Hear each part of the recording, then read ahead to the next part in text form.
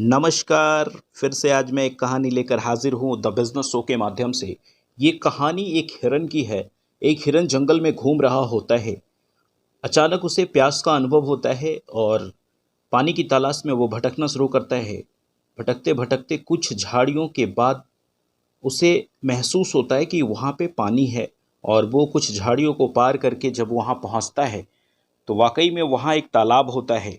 और उस तालाब में वो झुक कर पानी पीना शुरू करता है। जैसे ही वो पानी पीने के बाद अपनी परछाइयों को पानी में देखता है तो उसे बड़ा खुशी का अनुभव होता है, बड़ा अच्छा लगता है और वो ऊपर वाले को धन्यवाद देता है।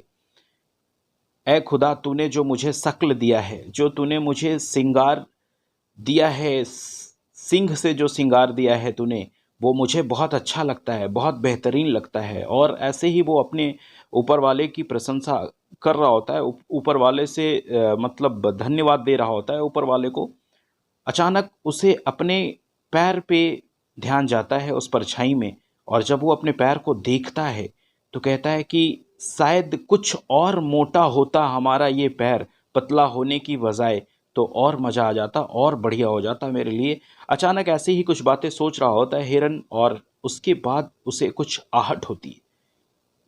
जैसे ही उसे आहट होती है वो सर उठा के देखता है तो देखता है एक शिकारी उसके सामने खड़ा है, तीर पे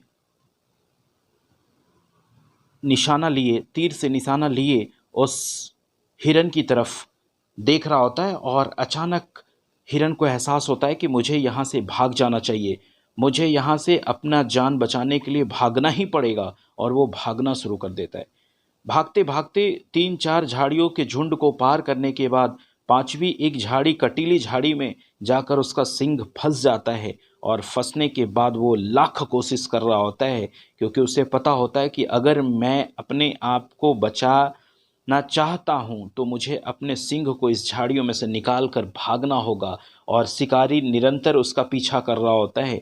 अचानक उसी समय उसको याद आता है कि काश आज मेरे पास ये सिंह नहीं होता तो मैं अपना जान बचा पाता, मैं अपने जान को सही सलामत अपने लिए बचा पाता। तो मैं बताना चाहता हूँ इस स्टोरी के माध्यम से कि कई ऐसे लोग हैं, कई ऐसे इंसान हैं जिनको ऊपर वाले ने जिस चीज़ से नवाजा है उसको लेकर वो खुश रहने की बजाय वो हमेशा टेंशन में होते हैं कि थोड़ा मैं और गोरा हो जाता, थोड़ा मैं और पतला हो जाता, थोड़ा मैं और उसके जैसा दिखता, थोड़ा मैं और ऐसा होता। देखिए, मैं एक बात आपको बताना चाहता हूँ, ये तमाम सारी चीज़ें जो ऊपर वाले ने आपको दिया है कहीं ना कहीं आपके लिए कुछ बढ़िया और कुछ बेहतर सोच कर दिया है। विश्वास मानिए मेरे दोस्त, जो आपके पास है, आज कई ऐसे लोग हैं वो सारी चीज़ उनके पास अवेलेबल नहीं है, उनके पास नहीं है। वो चाहे आपकी परिस्थिति हो, चाहे वो परिस्थिति से निपटने का साहस हो, चाहे विश्वास हो, कई लोगों के पास वो भी नहीं है। अगर आपके पास है तो मैं उम्मीद करता हूँ कि आपको जो चीज़ मिला है उसमें खुश रह के, उसमें विश्वास के साथ अपने जीवन को जीने की कोशिश करिए, आगे बढ़ने की कोशिश करिए। आप जो चाहते हैं अपने जीवन में वो सब कुछ पॉसिबल है, सब कुछ हो सकता है। बशर्ते आप निरंतर मेहनत करते रहिए, निरंतर प्रयास करते रहिए, आप तमाम सारी चीज़ें पा सकते हैं। उस हिरन की तरह नहीं जिसको वो दोष रहा था, जिसको वो गलत बोल रहा था, उसी की वजह से वो भाग पाया। लेकिन जिसको वो अच्छा समझ रहा था उसी की वजह से उसकी जान की खतरा बन गई। और